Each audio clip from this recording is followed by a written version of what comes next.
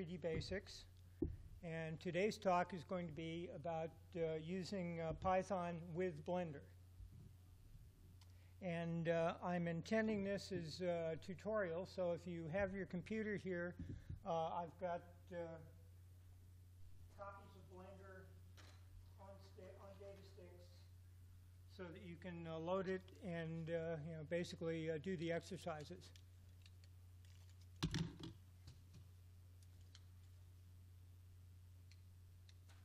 And I've got both Mac versions and PC versions. So I've got 3 data sticks with the Mac on it and 3 data sticks with the Windows. And I'm not sure how Windows and Mac users are sorted out, so you'll just I'll pass them around. And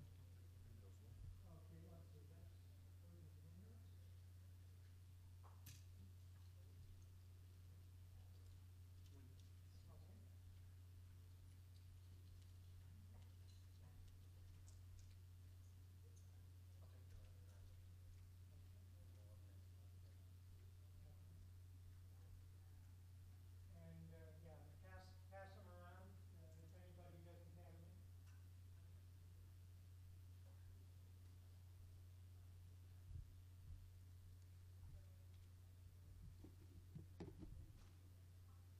And there are 2 directories on each, and basically if you just copy those directories over, you'll have the complete Blender program as well as the API notes.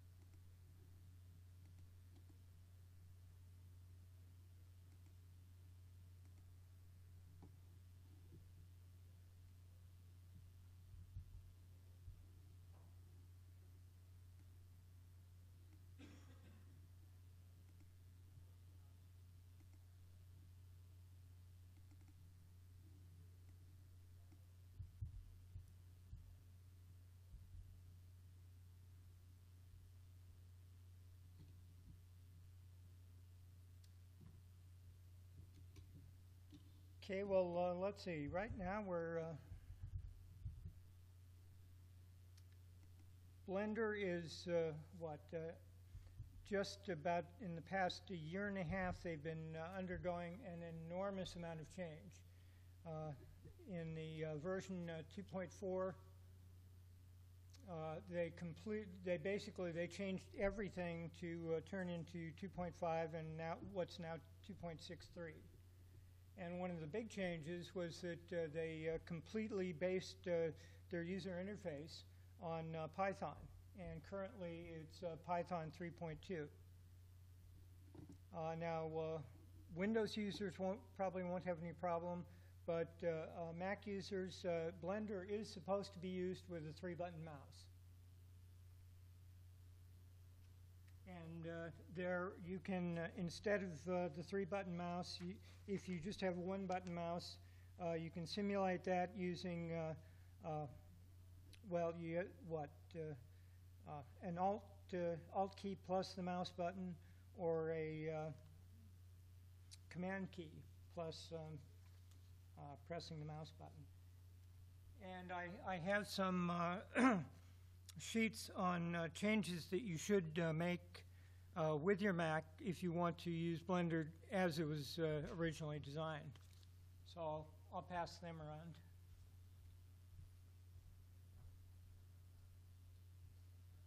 And these are only necessary for Mac users. But if you have a Mac user, take a copy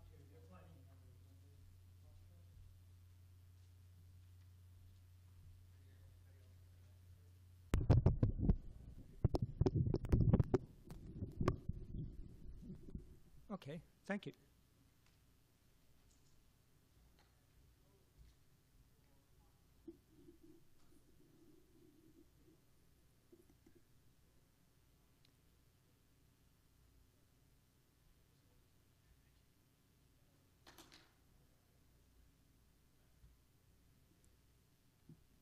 Well, I think perhaps to start with, since we'll be using Blender, it's good to at least learn a few of the basic controls. And so if you want to move the scene around, you press with the middle mouse button.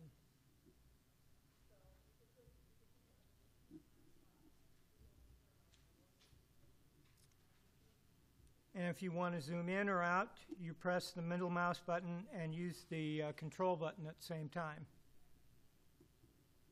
So middle mouse button rotates it, control middle mouse button zooms in, and alt middle mouse button, or no, shift middle mouse button allows you to pan it around from one side up and down.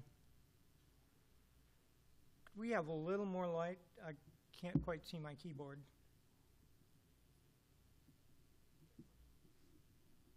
Ah, thank you. And let's see. If you want to select an object, you use the left mouse button.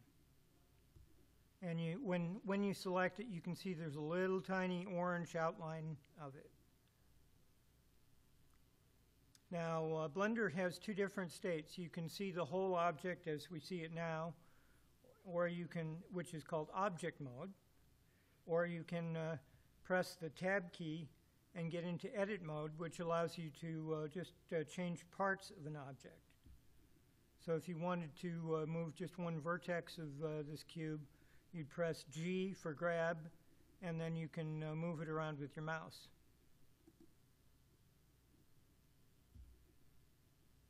And if you wanted to stay in a certain place, then you press the left mouse button. And you can select a bunch of points by pressing B for border, and you get a little marquee, which then you just drag across and it selects anything in the marquee. And then X will delete things.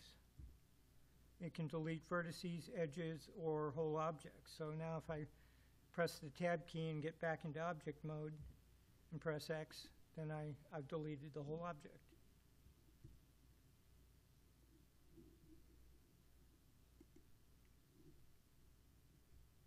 And that's kind of just, well, not so much an overview on Blender, but just the basic commands we're going to be using. Yeah.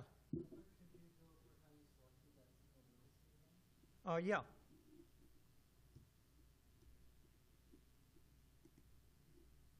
So you press the tab key to go into edit mode, and then press select a vertice with the right mouse button.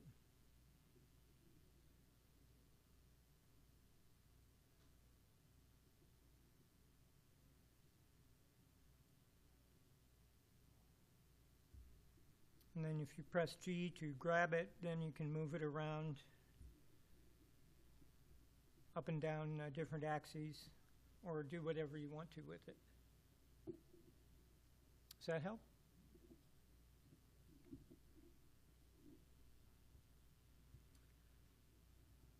And Blender's unusual in that there is no set window layout. You'll eventually get to customize it whatever way you want. And any window can be any other window. Is that right now we're seeing a 3D window, but it could just as easily be a movie clip editor window, or a graph editor window, just whatever window you would like. And you can make the windows any different size by grabbing these three little diagonal lines in the lower corner of any window. And that'll allow you to create a window.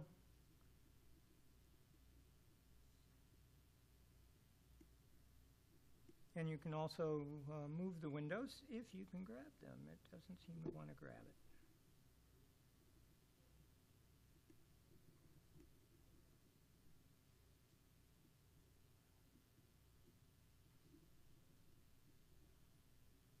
But you can also delete windows.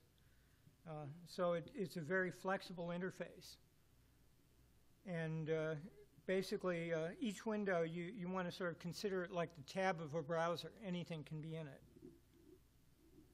But to make it easy, a little easier on you, they have some pre-designed layouts. And what we're looking at right now is the default layout. There's also a scripting layout, which is much more useful for Blender or Python programmers. And this has a number of windows. This is the 3D view window. This is the text window. And this is the Python console. Now, Blender has two windows that are called console. And one is the Python console, and one you access, and it's called the system console. And it's a completely separate little window. And you'll get a lot of data printed out in the system console. Your Python console you'll use for poking through the database of Blender.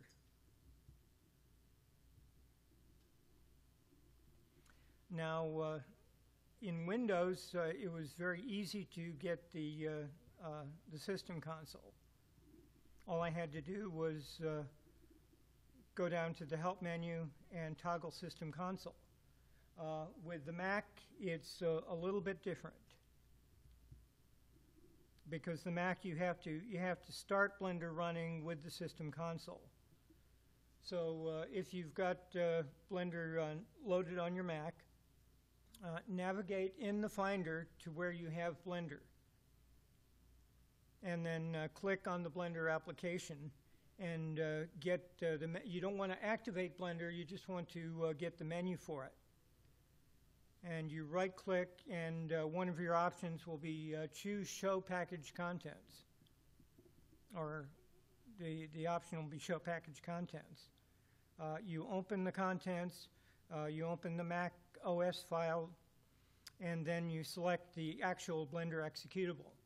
And first you'll get a little console window will pop up, and then the entire Mac version of Blender will pop up. So is everybody in Mac getting that? Okay, good.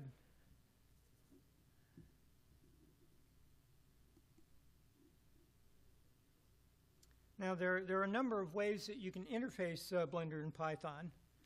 And one is through the Preferences panel. And that we'll show you in just a moment. Another is through the Python console or the System console. A third is through the text window that I showed you. A fourth is through the info window, which I haven't shown you. And to get an info window, you grab the three little diagonal bars at the bottom of the Python console and move it to the right, and you'll create a window. And I recommend don't align the window with this one up top, or they'll get locked together. So if you want to preserve your control of the sizes, just move it a little to the right or a little to the left of the other line. Now you notice that right now you've got two Python console windows. They won't deal with any different information, so you make a change in one, you make a change in both. But since any window can be any other window, we're just going to change this one into an info window right now. And the info window has, it basically is a log of all the commands that you've done. So, you know, if I move this little point, we get a thing that said, okay, the last operation you did was BPY OPS transform, and you transformed that point. And that'll be very handy because you can steal a lot of information from this window and paste it into your text window and have a lot of your programming done for you without having to go look through books and otherwise try to figure out what you're doing. The final two ways you can interface Blender and Python is that the 3D window has a spacebar menu. So if you press the spacebar, you'll get a menu of things that you can do, like make one object a parent of the other, or import an OBJ file from Lightwave. And also, as we create some Python code, that will be available through this menu. And the final way is that you can run Blender entirely from the command line. And I'm not going to get into that, but what happens when you run Blender from the command line is that it doesn't show the user interface. So that if you're trying to do some rendering or something, or run some Python code, and you don't really need to watch the mouse move and watch the displays, it'll be faster to do it that way.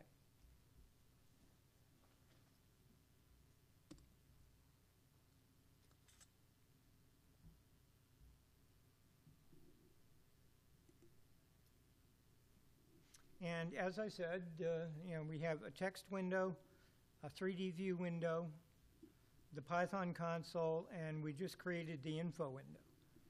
And you can adjust everything by changing your screen layout button, which is right up here.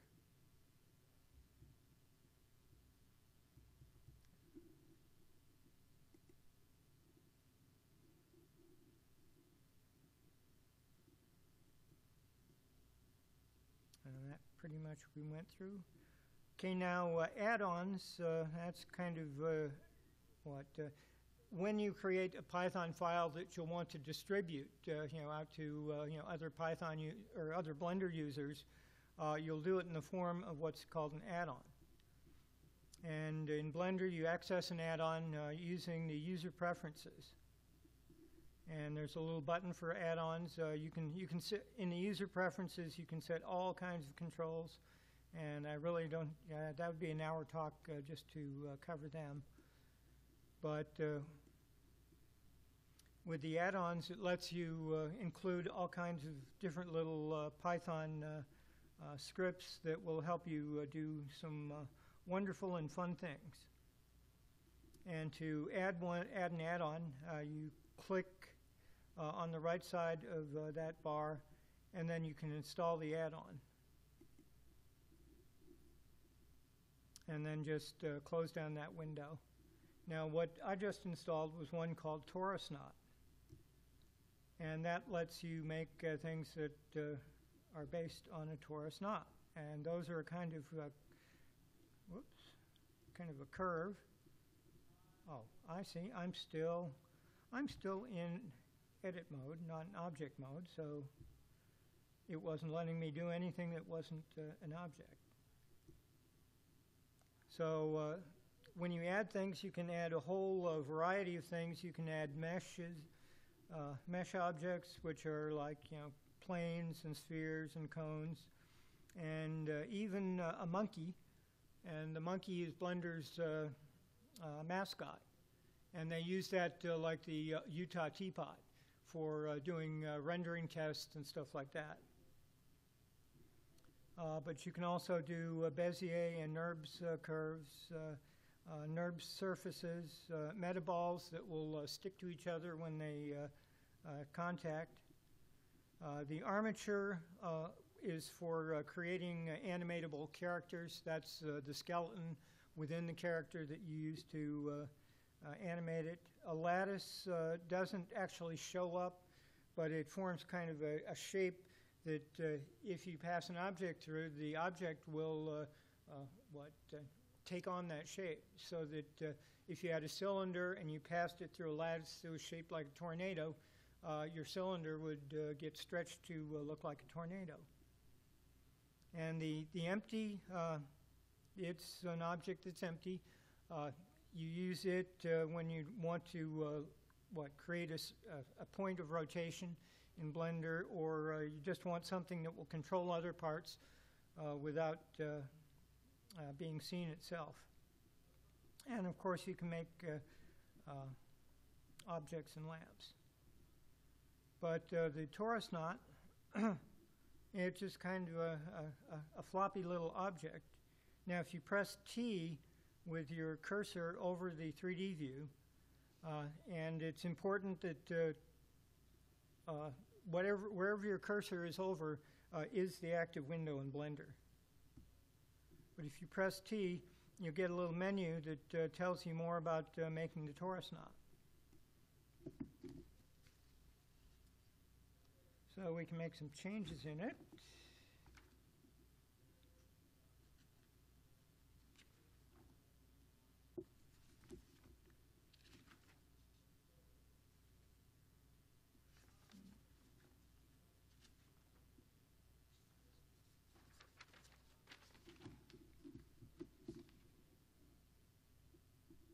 So we could reset the resolution,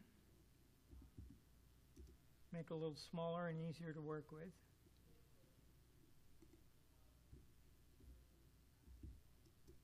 Make it bigger by changing the scale or the height.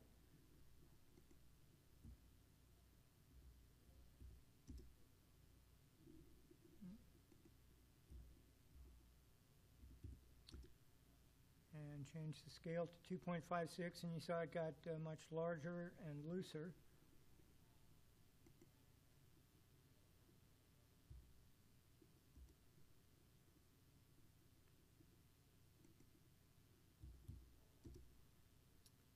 And the Q will show you how many times it loops through.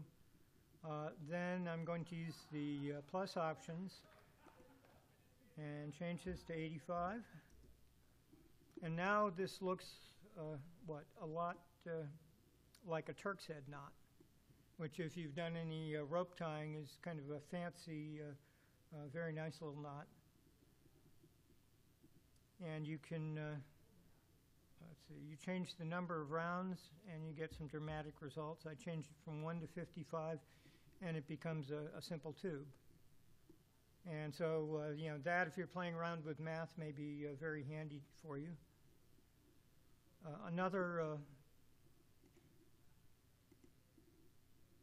add-on that I think is pretty handy is called Ant Landscape. And that's for making terrain surfaces.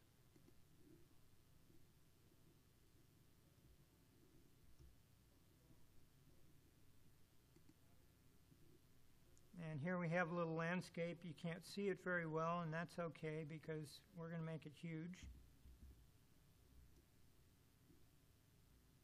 And if you press the home button, it will zoom out to show you everything. Now this is pretty flat because any detail is on this is on a scale of like 0 to 1, and the size is up to 800. So I'm going to change a few things. Change the height to 400.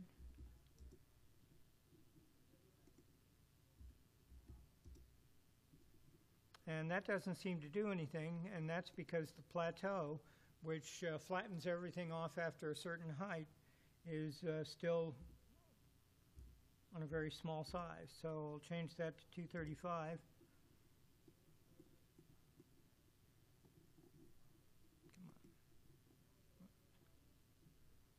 And you'll notice that it seems to be getting cut off, and that's because the camera is cutting it off. So if I press N to get the other menu,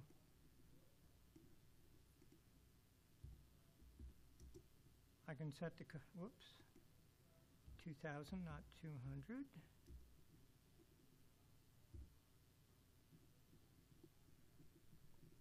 And now you can see it's gotten flattened off. And that's kind of good because depending on how high you make the height and how high you make the plateau, you can change where most of the detail in the object is. But this might be good if you're making some kind of punky hairdo, but not so good if you are trying to make landscape. So we'll scale the landscape or the noise size up. And now we've got something that looks more like landscape, but it's still kind of flat on top. So I'm going to pull the whole thing down a little bit with respect to the sea level.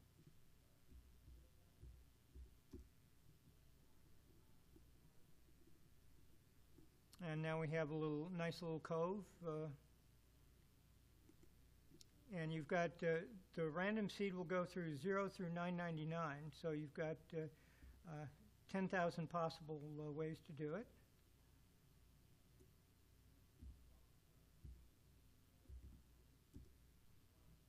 And when I was writing my book, I actually did have to go through all 10,000 to find the best shape for a landform. And I finally chose this one because it gave me what looked like a nice little mountain, and it also gave me what would be a nice little bay. And since I was writing a nautical scene and had already had my students make a schooner and stuff, I thought the island ought to have a little mooring. There are a lot of different additional add-ons, and I don't have time to go through them all. Some of them are just have to do with saving your file or importing files, and you can look through that and spend a few hours playing with that.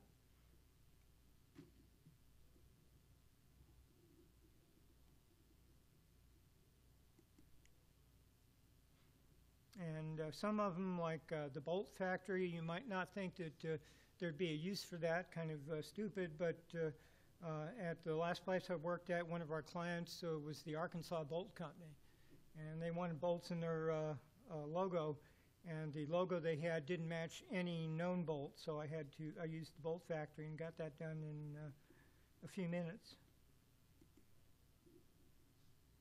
Well, now we'll get a little more into the Python and start out with the Python console. And you'll notice when you first get it up, it tells you it's the console and gives you a number of the commands that you'll need and keyboard commands. So the command history, up and down arrow will go through the command history. The cursor will let you go to the either end. You can use the backspace and delete keys to remove stuff. Press the enter to execute, say, a print statement. The autocomplete will allow you to save a lot of time and also give you kind of a directory through the Python console and the Python database. And then if you use the wheel and do a control plus or minus, you can zoom in and zoom out. So if your vision is like mine, you'll finally be able to read it. And it also tells you whatever built-in modules you happen to have and whatever modules have been imported.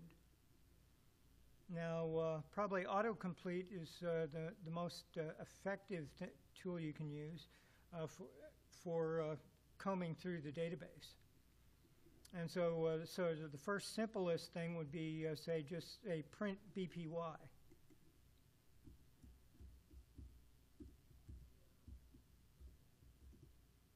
Hello?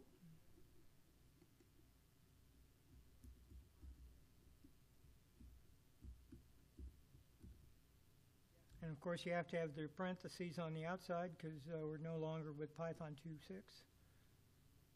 And you give it that command, and it prints up just general information about the BPY database.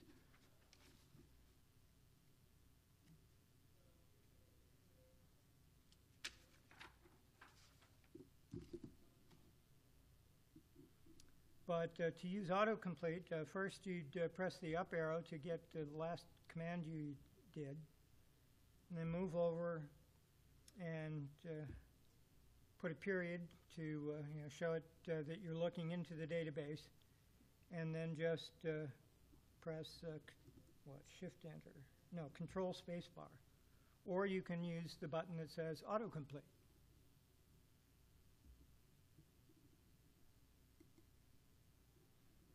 And so, having done that, it says, okay, my major areas of information are the app, the context, the data, what operations there are, what the path is, what properties it has, what types of data there are, and what utilities I have. So if you chose, okay, I want to find out, about the objects that I'm working on. So you say BPY data.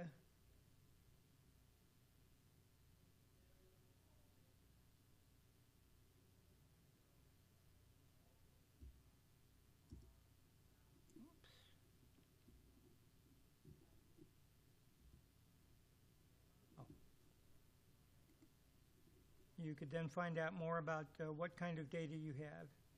You have data about groups, you have data about armatures, data about actions and cameras. And I think I'm going to look for objects. Okay, now it says we've got, the most important information here is that it says that we've got 5 objects in there. And currently those 5 objects are the camera, the lamp, the default cube that we made, the torus knot we made, and the island that we made.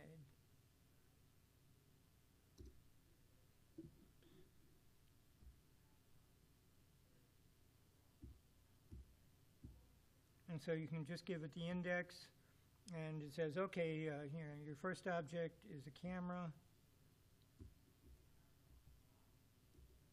Your second object was the default cube, and the lamp, and on.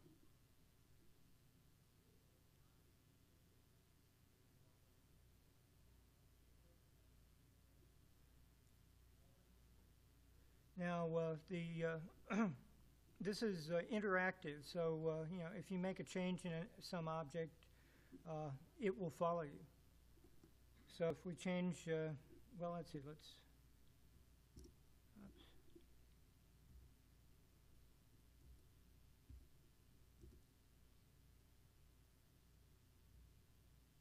Let's get the island.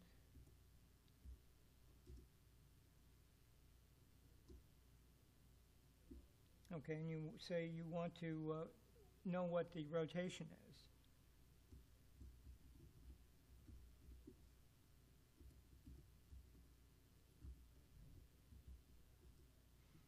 You type that in, and it'll tell you, okay, here's what the rotation is.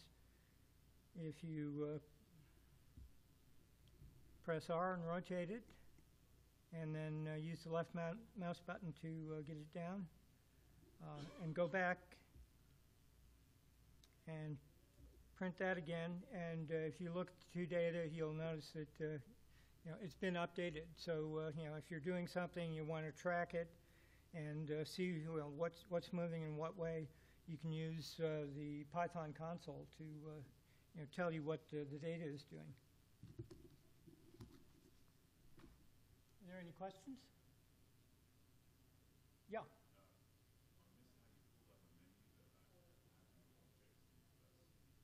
Yeah.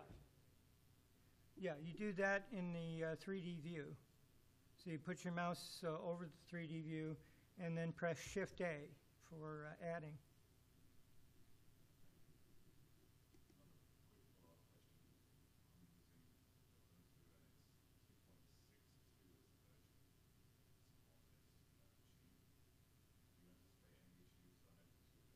You shouldn't, because Python or Blender has a built-in version of Python. And if you get really involved in doing some very technical stuff, you may find a problem. But for the limits of what we're going to do here, we're not going outside of the Blender Python. So the next thing we're going to do is look at the text window. And that's sort of Blender's equivalent of the idle editor. Now, if you get going further in, you'll find that probably the Blender editor won't be quite sufficient. And there's documentation on the web to show you how to interface the idle editor and any other editor you want to. But for now, we'll just keep it all in one space. Now there's, I've shown you, you know, the pop-up menus here. The text editor also has its own pop-up menu, which is called the Properties window. And there you can choose whether you show line numbers or not, whether you word wrap, whether you show syntax highlights. You can change the font size, you can change the tab width, and do finds, and you know, pretty much all the basic text editing you need to.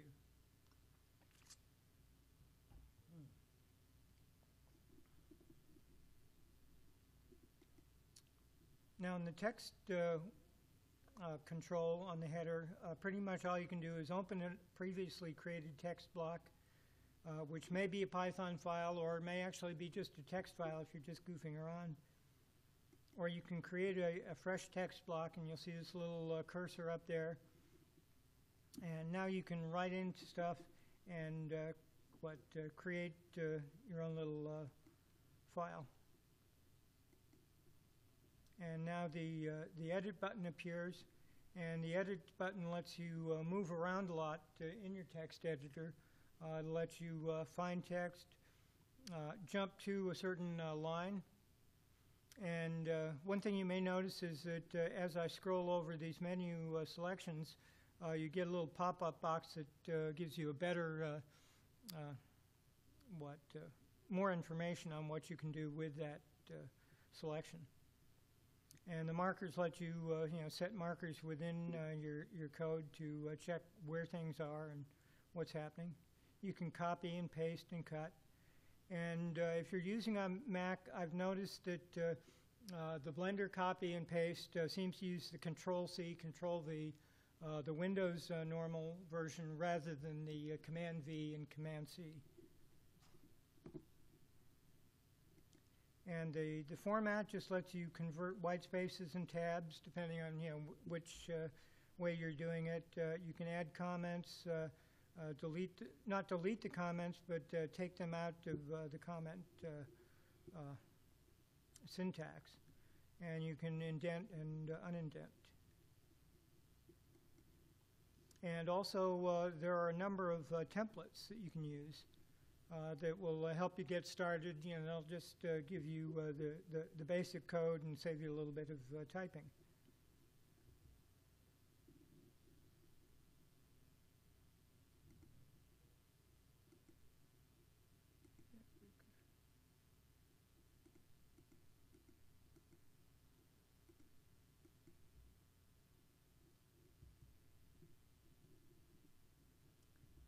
So I think now's a good time we just start trying a little coding.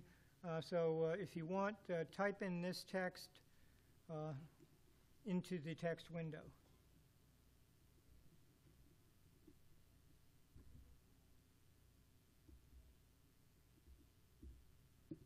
And I'm going to cheat because my typing is terrible.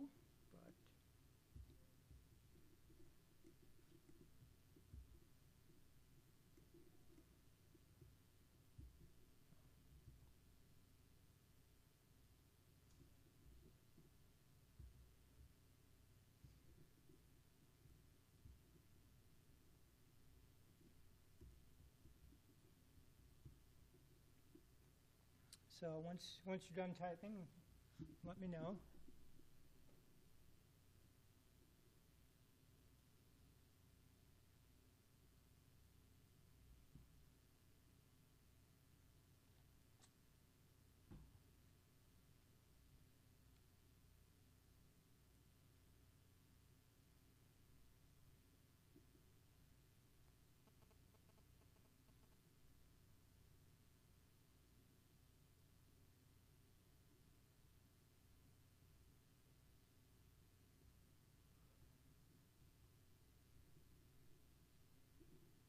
And now to run it, you can press the Run Script button. And you're not seeing anything here, but this is where the console window comes in. And if you open up the console window, you'll see that it's very busy, counting up to infinity. And it will keep doing that until you hit Control-C with your mouse over the console window.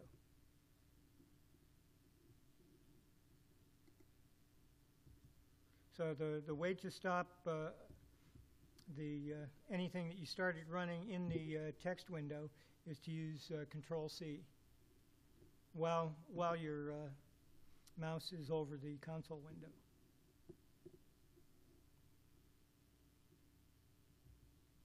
Did that work for you?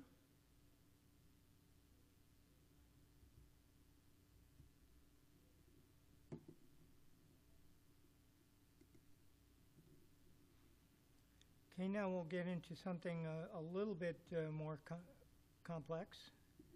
And now we want to create another, you can have a number of different text files, so that if you're working with two different Python codes, you can have them both in Blender at the same time and execute any one or ones that you want to.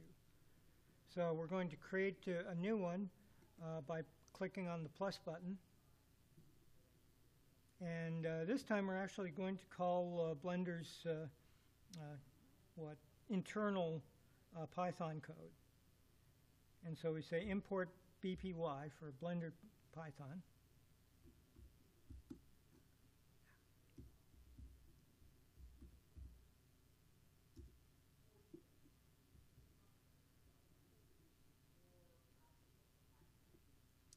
And now what we're going to do is, earlier I told you about stealing stuff from the information window. And this is what we're going to do now. So let's just delete all of these.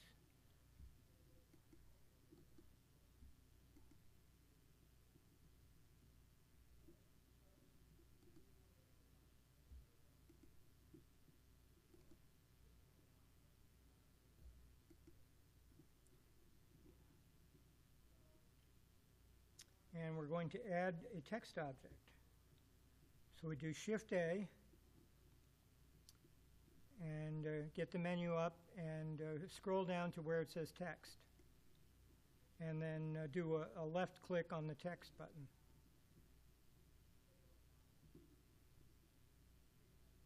And you can use the middle mouse button to rotate around and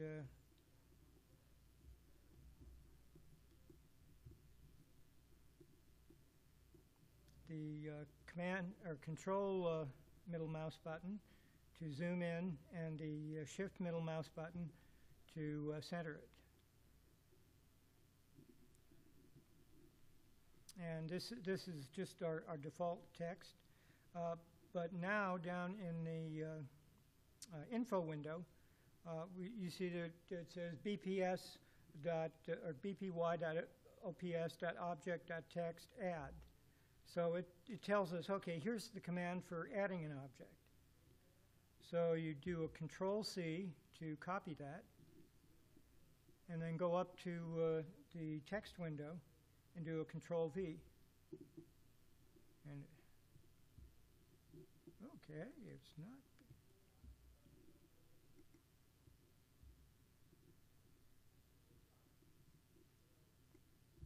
Okay, and I got an extra line there, so I'm going to.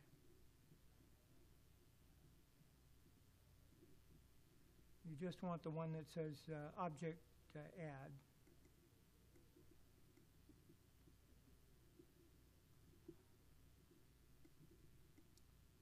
And here's where the word wrap function is handy, because this is quite a long line of text, but we don't need all this information. And so what we want to do, and this is where you earn your programming dollars, is you want to delete the part of the line that has to do with layers.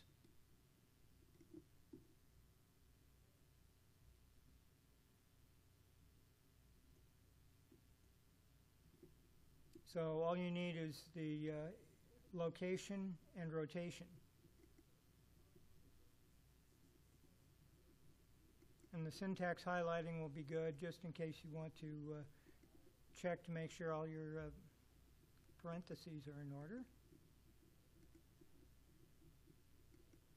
Oh, come on.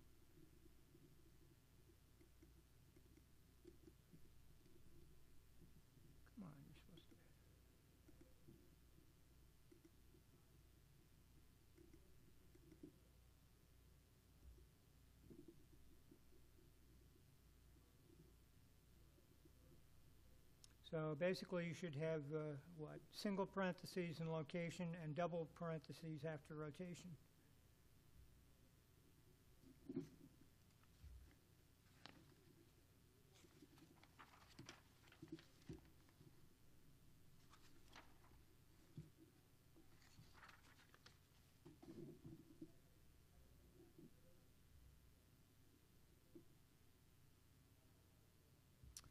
And so next thing we're going to want to do is toggle into edit mode. And this we're doing just so that we can get the code that it so nicely provided.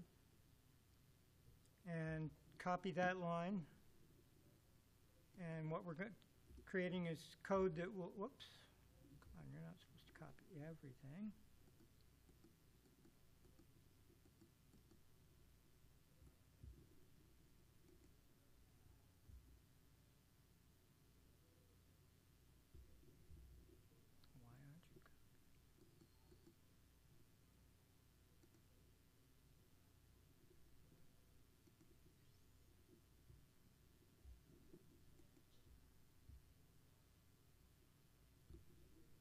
That's goofy.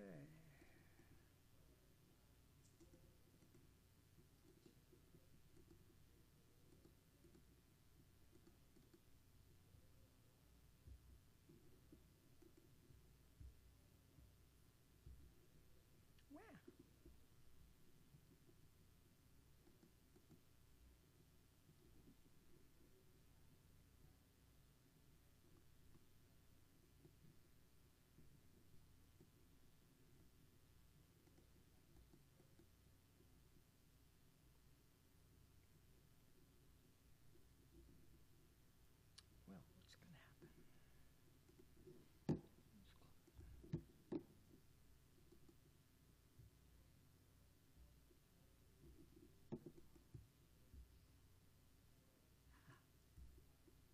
Sorry for the malfunction here.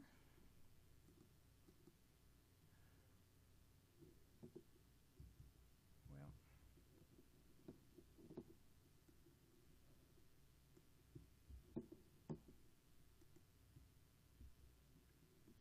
so what you need to do is copy the edit mode toggle command into the text file. And so what that does is that gets us into the text, playing with the text individually. And next you want to delete the text, so move your cursor over the 3D window and press your backspace or delete button. And you'll get 4 commands that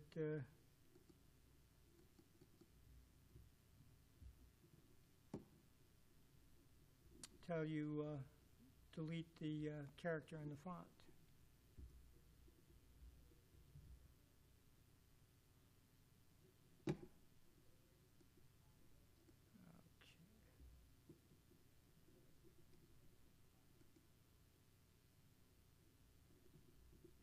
And now, since we're not deleting one particular character, we're going to tell the system to delete all the characters. So we're just going to leave a blank set of parentheses. And doing that will delete the entire word.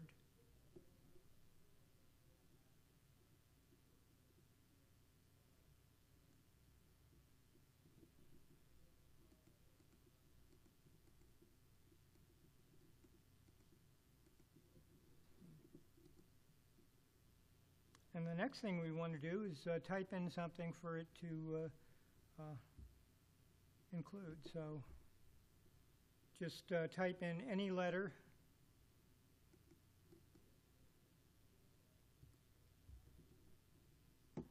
And copy it and paste it. Oops. I don't know why my system is behaving that way, but I think it's just I've got it maxed out on memory.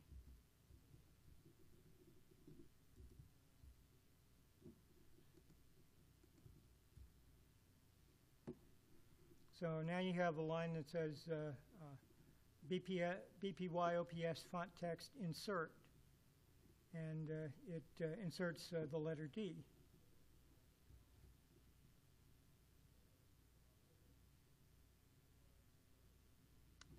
And finally, we're going to get back into object mode so that we can create more objects. So just copy in your text file, copy the line that talked about object edit mode toggle.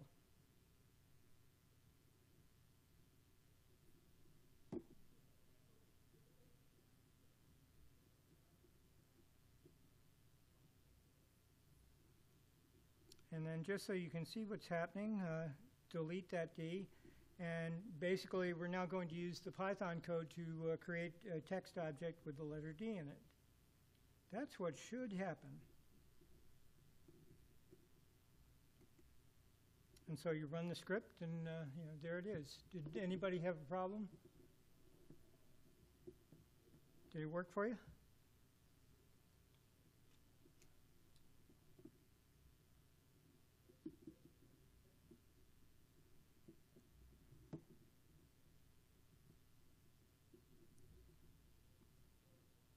Okay, now I want to go on to including an outside data file.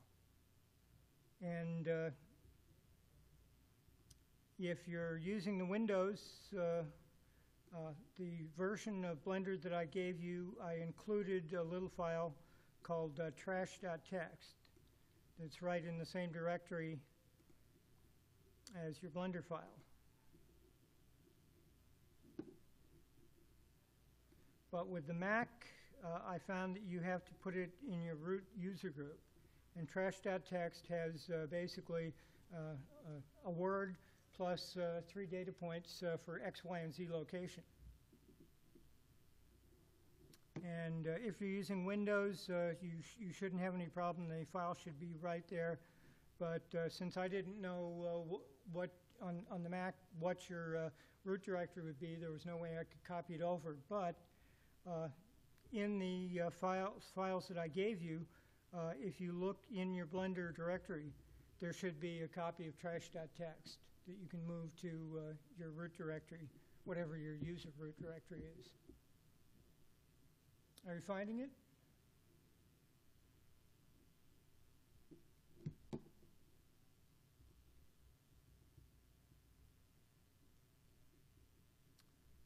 So the next thing to do is we're going to do what looks like some typical Python code.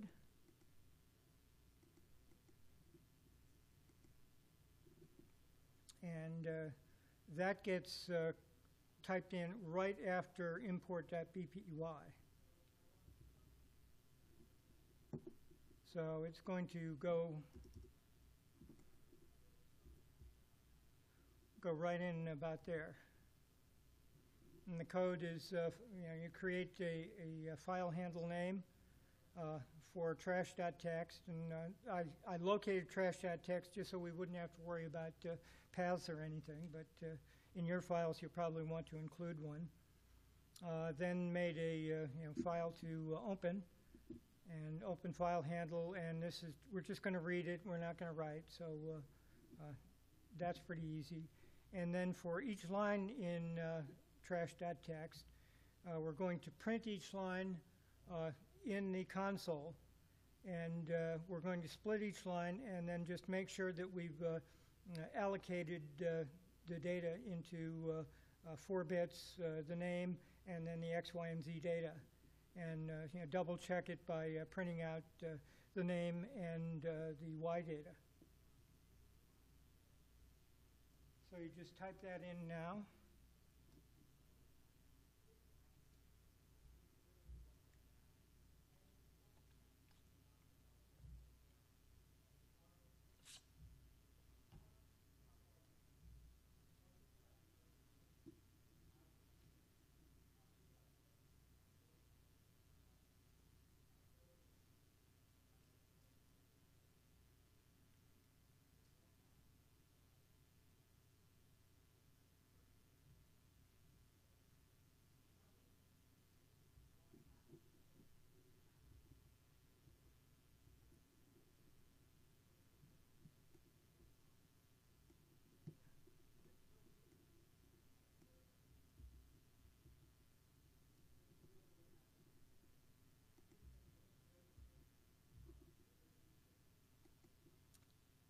And now you want to indent all your BPY commands so that they'll get done in every iteration of the loop.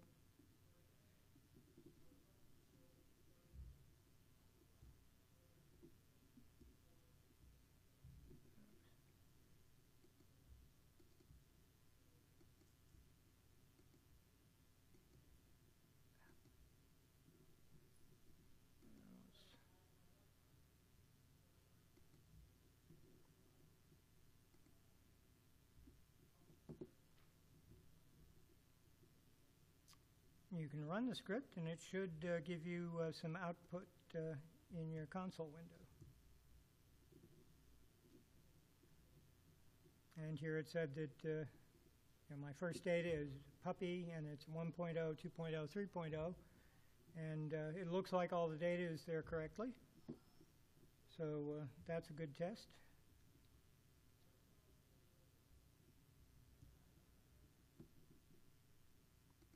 Did everybody get that correctly? And you also want to close out the file. I goofed there. And just put a close parentheses.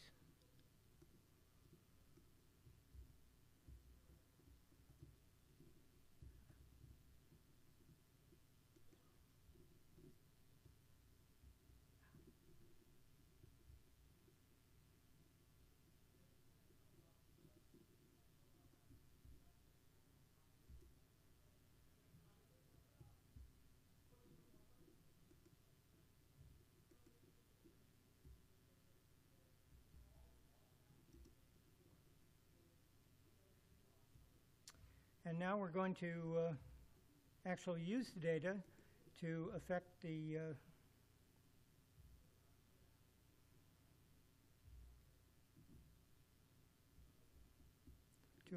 actual objects in Blender. So we're going to do a little more typing, and whoops. What we're doing is in the section where we said object text add, and then we gave it the letter D, we're going to change the data and change the location to a float value for each data 1, a float value for each data 2, a float value for each data 3, and then change the rotation to 90 degrees so that it's standing straight up. And I've wrapped these, but you'll have to unwrap them. Otherwise, it wouldn't have fit on my graphic.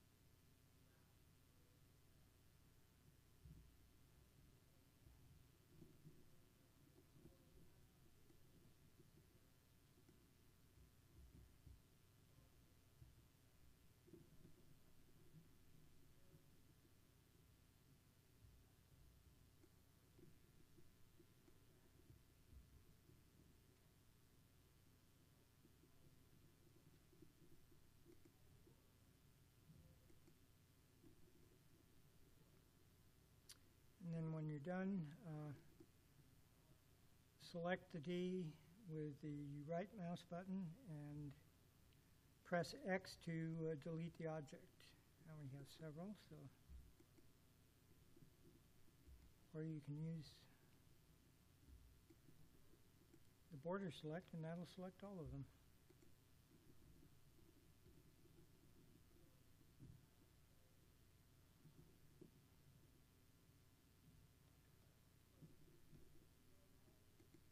Once you're ready, you can select, and you see you've gotten, so far our code just changed the area locations of the objects, not the text in them.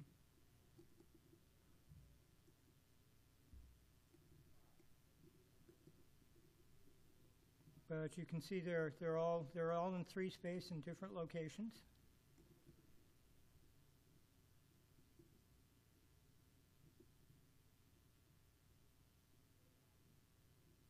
Did that work for you?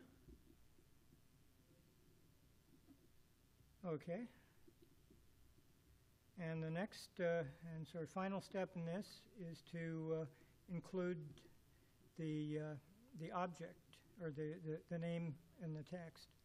And for that, you go where it says text is equal to whatever letter you typed in, and put each data 0.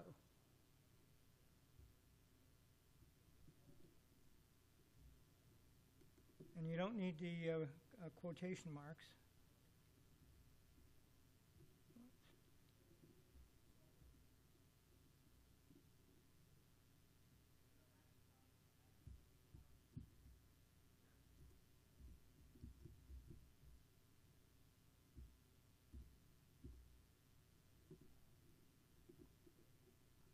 And that will pull the name of the text out too.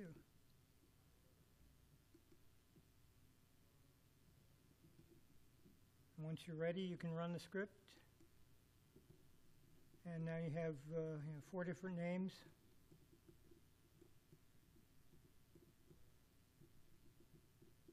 In 4 different places.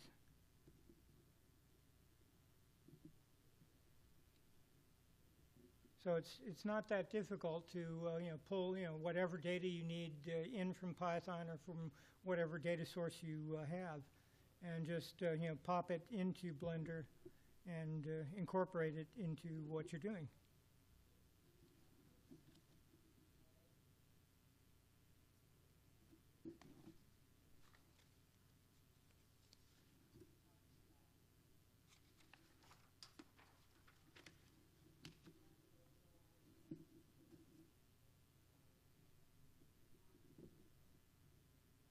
So did it work for everybody?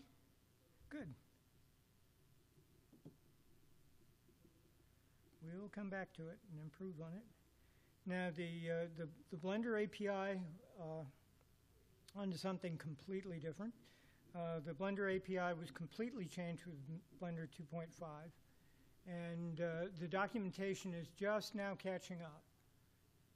So you're lucky in that respect, in that if you go to the blender.org website, they do have some pretty good documentation on using Python with Blender now. The API is generally stable, but it's still a few areas that are got a few problems. The parts of the API that are stable are the operator behavior, the names, the arguments, mesh creation, and editing functions. And the areas that are still in development are the data API, access to attributes of Blender data, user interface functions, the render engine integration, and the modules.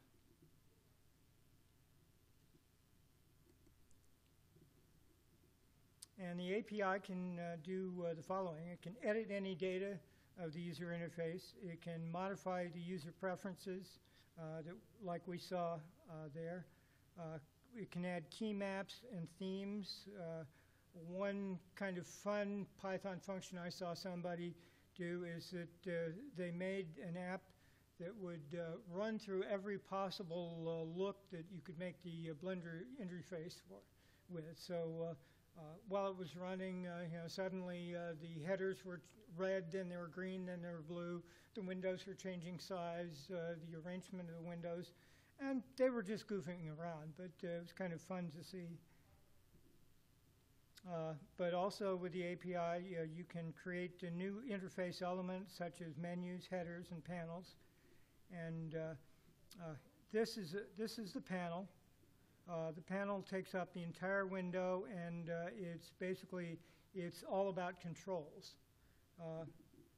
A menu fits within a window,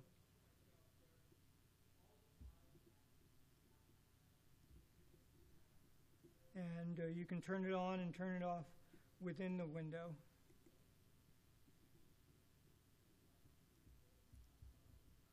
And then the header is this little line that's down at either the bottom or the top of a window. And it's got basically a concise version of whatever controls you have for that window. You can create new tools. We just created one. If you happen to need 4 pieces of text put at various spots in 3D, you're in luck. You've just already created that tool. You can create interactive tools that will work with the menus. And you saw like with the torus knot, where we're sitting there changing the values, and as we changed them, the whole look of the torus knot would change.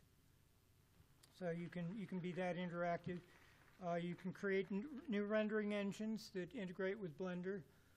Blender's got already several ones. One is known as Curves, and that just does a really, really nice job of ray tracing.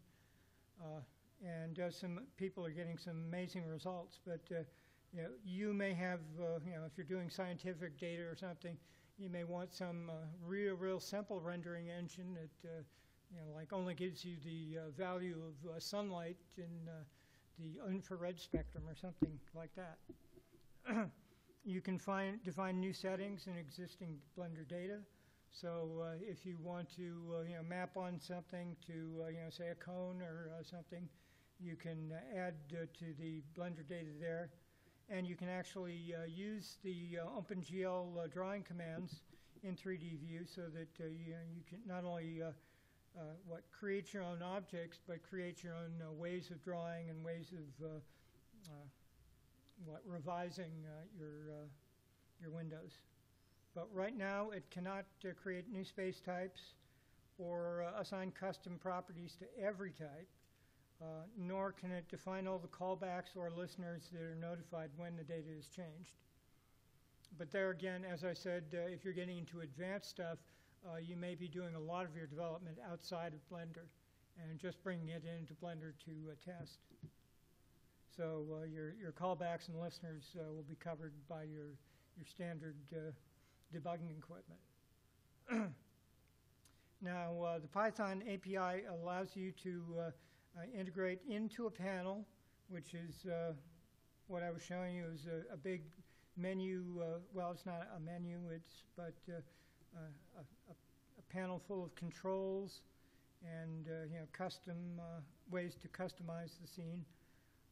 You can integrate into a menu so that as you want to bring stuff up, say you're working on this little guy, and you want to assign a color to it or a specularity, you can create additions to the menu that deals with that. And we also saw that menu in with the torus knot and the ant landscape, is that you could be able to change those controls if you want. You can also change the operator. Now, the operator is what we just did. It's where we created a little bit of code that would go out to a file, get that data, and then make objects at various places in 3-space. That's what an operator does. It works on objects. It works on splines and curves. But it's not connected with any kind of menu. So if you want a menu or something connected with that operator, then you're going to have to link them together. You can integrate with property groups, so that if you want to set a bunch of properties, say some shading values or something, Blender Python will allow you to do that.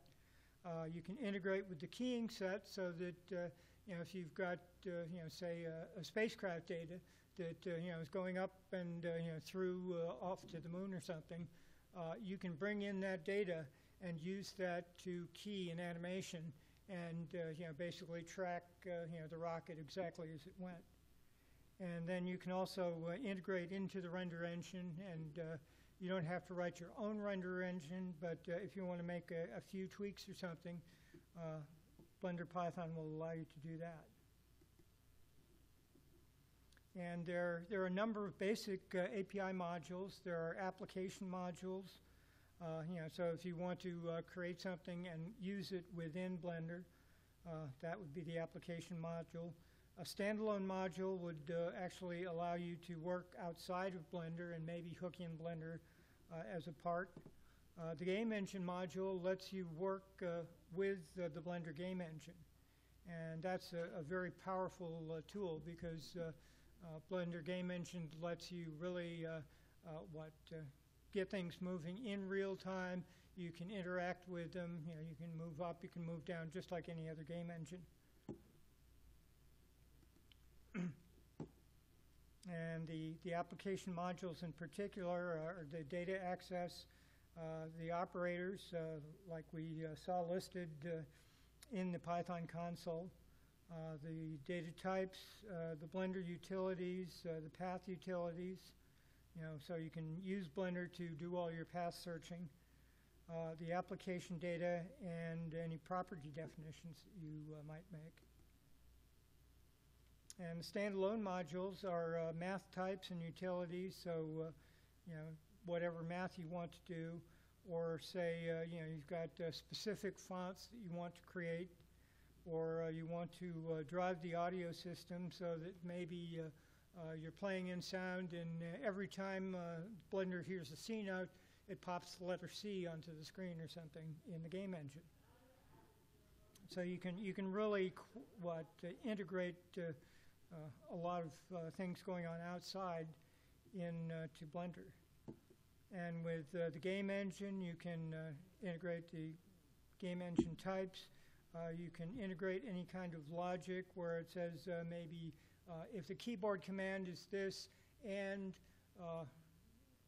an object or an event is supposed to happen on that keyboard, you can write Python code that will integrate that in. You can also add rendering and events.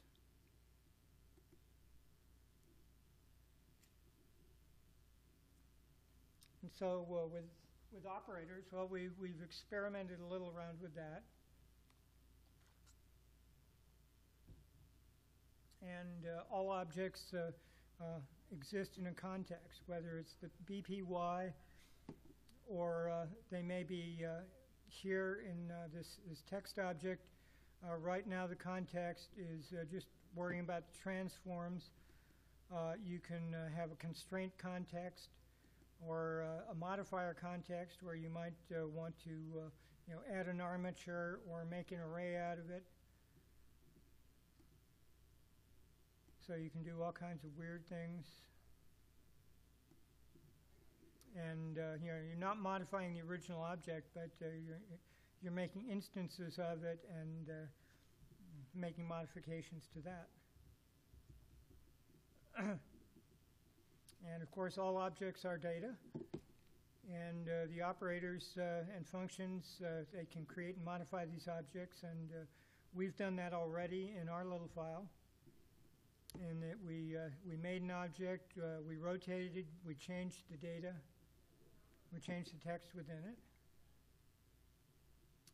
And the tool and action system, so if you're building a tool like our little text creating tool, they're all built around the concepts of operators. You can call them directly from the console, as we were doing in run script, or you can click a button. I don't know if this has.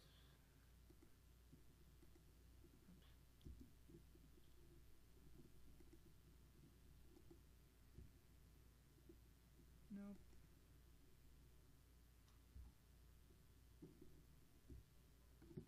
Well, we'll show you a little more about that in a moment. And so now we're going to go with sort of the Blender standard operators. And that's using templates. So now what you want to do is go down to the text window where it says templates and go up to operator simple. and just click on that, and you have what looks like some very identifiable Python code.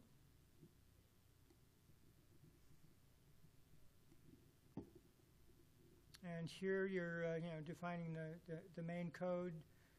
You're defining your class, and for a usable Python file, you'll want to declare the bl.id name, bl label. Those have to be in it. Then you set up your class method and define an execution, and then you want to be able to register or unregister that class. And finally, contains a little code that says if it's not the main, you can register it. And this test call is important because we're going to go and we're going to steal some information from it a little later.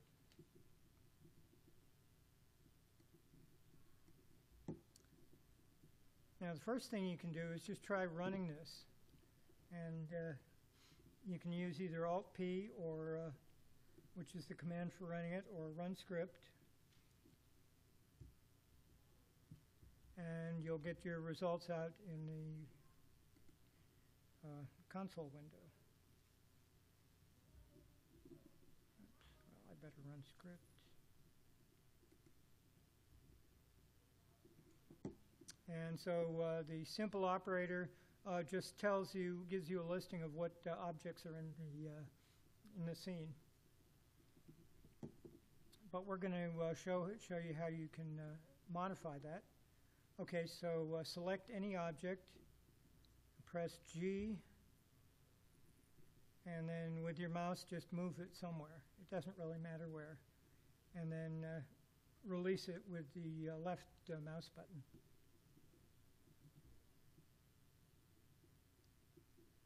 And that created another little line of code in the info window.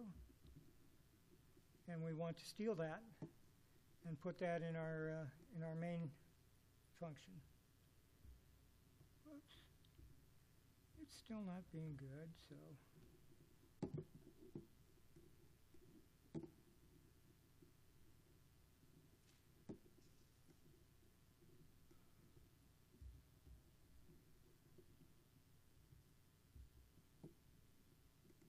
And you'll want to indent that a little. And this command just says bpyops transform translate, because that's what happened when we moved that object.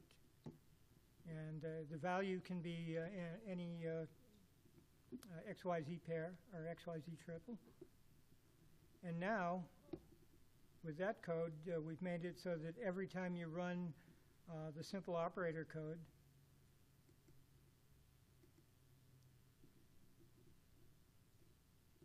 it modifies whatever is the current object.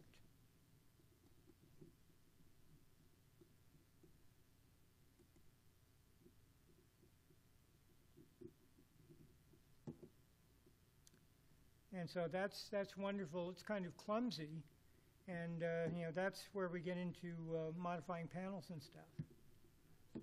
So the next thing you want to do is add another template that's called panel simple. And this is the Hello World panel. Now,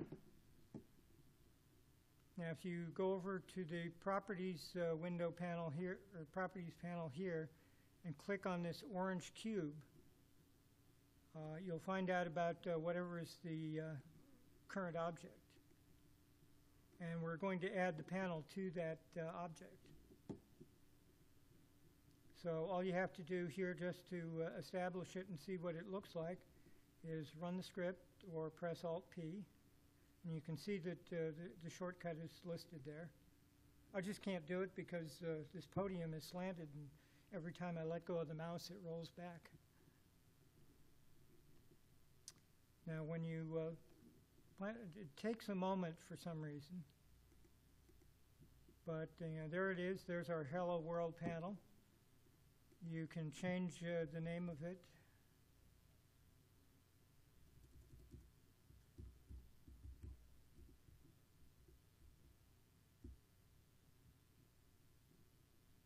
And run it again.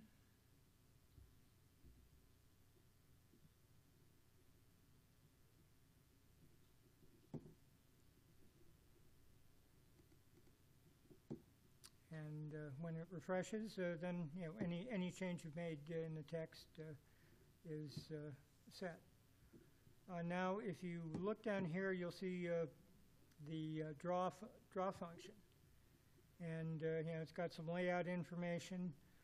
It's a context for an object, so that means it's in the object panel. It allows you to lay it out in rows and columns. And here, the top row says "Hello World" and shows you the world data. And it has should have a logo here.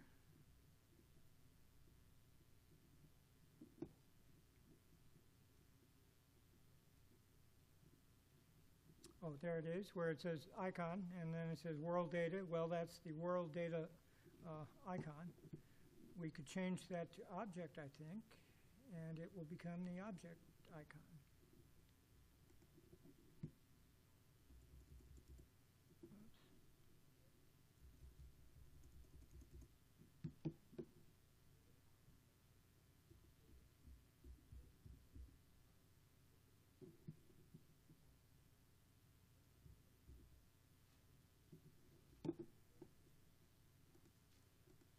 It didn't like that.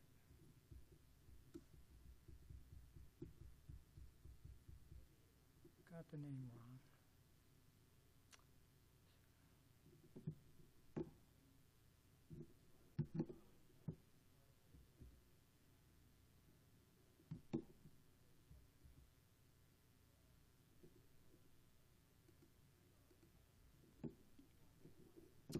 But once again, you can steal your information. So if you're trying to figure out, okay, I want to put a button in, you can just go somewhere else and basically steal the button. And if you right-click on the button in question, you can edit the source, and it will bring up the source for that particular panel into the text window. And you can go and look and say, okay, I want the calculate and clear paths button. And just steal them and copy them, and then switch back to the simple panel that we're working on. And just drop it in. And that time it worked. So now this is great, but we don't want to calculate paths button. We want to move the object.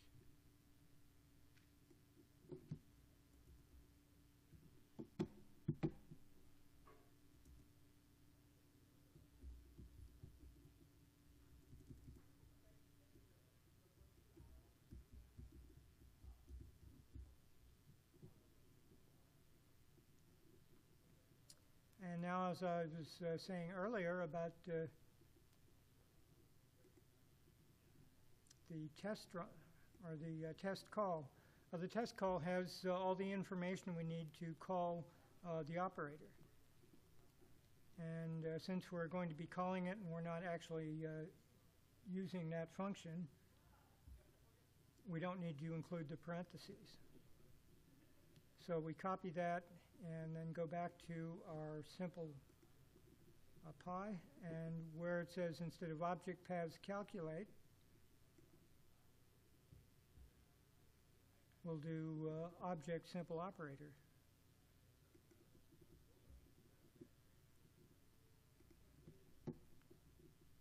And now we can run the file.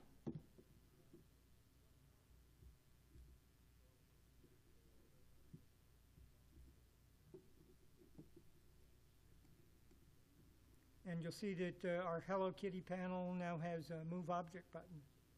And now that will move whatever object is selected.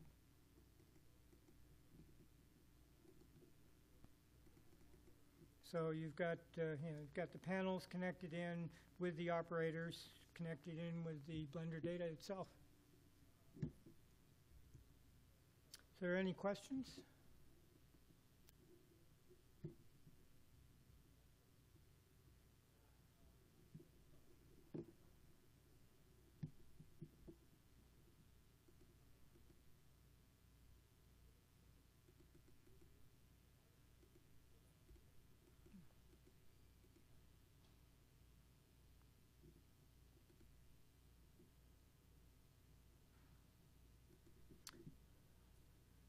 Well, that's pretty much all you'd need to have kind of a functional little operation there.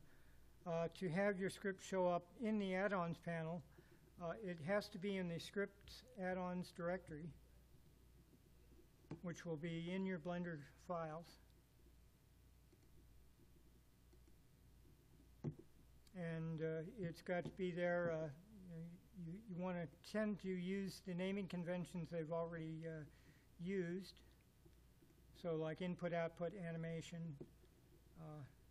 mesh insert, add mesh. As you look through the user preferences, you'll see it. And it has to contain a dictionary called BL info.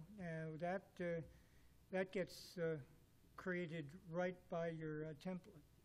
So that's really easy to do.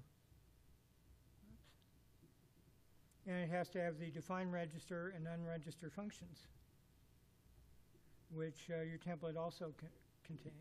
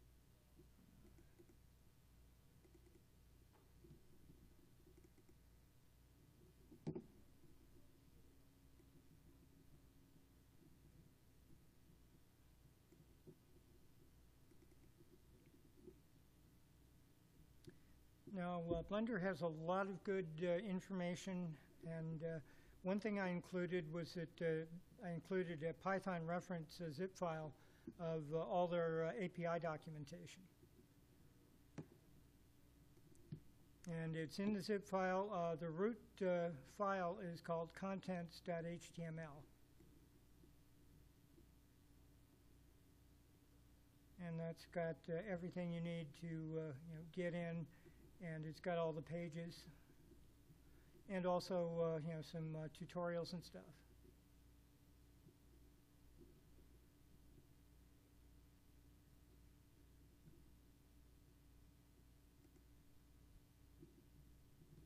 That must be the old version. And everything is also on the Blender website itself, so you can find it no problem. And that's pretty much my talk. If you have any questions or anything, I'll be glad to answer them. Okay, well, thank you for coming. Yeah.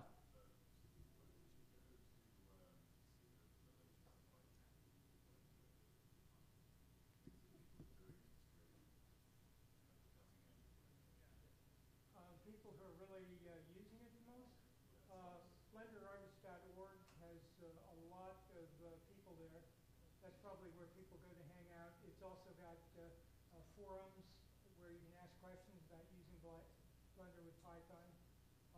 If you get advanced, then you can even get into developing Python or developing Blender via Python itself. It's BlenderArtist.org. See if my wireless. Oh, this doesn't take wireless. Can you redistribute Blender with the game? The game engine, you don't need the entire Blender to distribute the game. When you compile the game, it's got everything it needs. But you can redistribute Blender as much as you want because it's free, it's open source. And so, if you want to distribute Blender as is, fine. if you want to distribute it and make some mods, fine. The one thing they ask you, though, is don't rename it and change the interface and call it your own.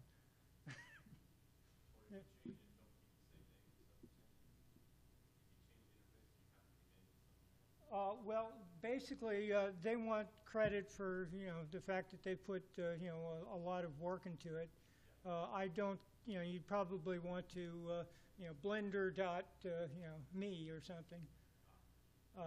Just the odds are you probably wouldn't need to be doing that, but they did have an incident a few months ago where a Chinese company came in and just changed the look and feel. They went in, and turned the headers to red or something, and all the letters to white, and but they didn't change any of the code or anything. And so, obviously Blender caught on, and actually it was the Chinese Blender users who caught them. And Blender went after them severely, saying, "Why are you doing this? Basically, you're trying to make money off something that's free." But it's a very big community. It's a very that's one thing I really like about Blender over others like Max and Maya, is that the community is so much more integrated and helpful. And that if you have a problem, you ask a question on a Max forum, you may not get an answer for a day or two. On the Blender forum, you probably have an answer within an hour, maybe two. And there's just a lot going on. There are a lot more copies of Blender in the world. They're not all in production houses, although production houses are starting to adapt to them. I've been told that Sony uses it for pre-visualization, but Maya still has the production pipeline. And there are some smaller studios that are actually doing full-length feature films using Blender. So they're going to need some Python programmers to create effects that don't exist yet. Yes, sir.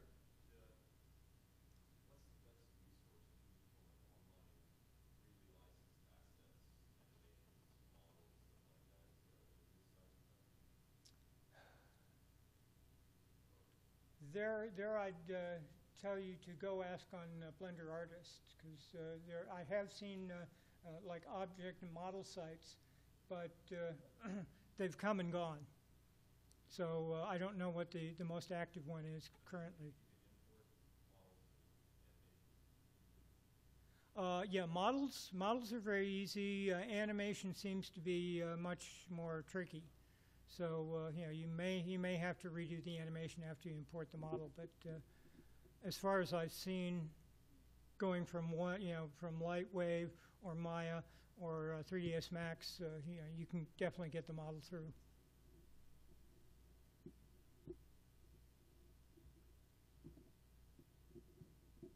Well, I hope I've helped people. I know that Texas A&M is strong in using Blender for their scientific visualization department in undergraduate programs. And actually, that's inspired me. All the stuff I had about the Mac. Last year I came and gave the talk, and I didn't realize there was so much difference between the Mac and the PC. And so we had to huddle a little to figure out all the controls and how to get the console up and everything. And this directly went into the book that I wrote this year called Blender 3D Basics. So PyTexas has definitely had an influence on my life. And thank you.